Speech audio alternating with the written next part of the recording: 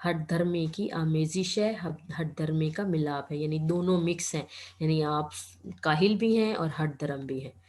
This question of Latin pronunciation for instance, مثال کے طور پہ آپ یہ لاطینی جو زبان ہے اس کے تلفظ کے مسئلے کو ہی لے لیجئے۔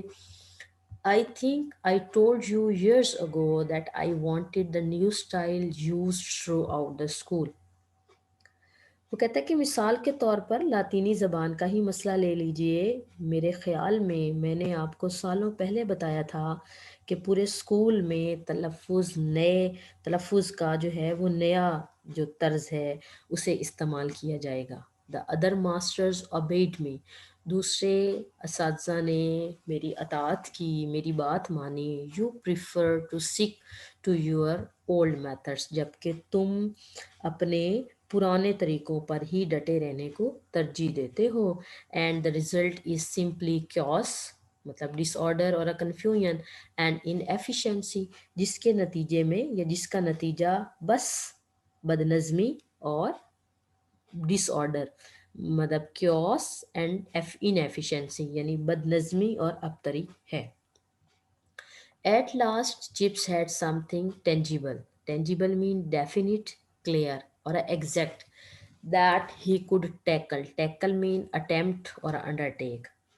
آخر کار چپس کے ہاتھ کوئی ٹھوس چیز لگی جس سے اب وہ نپٹ سکتا تھا۔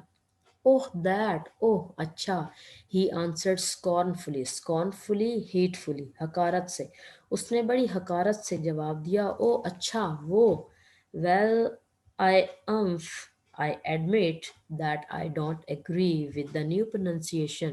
Pronunciation mean saying, articulation or uttering.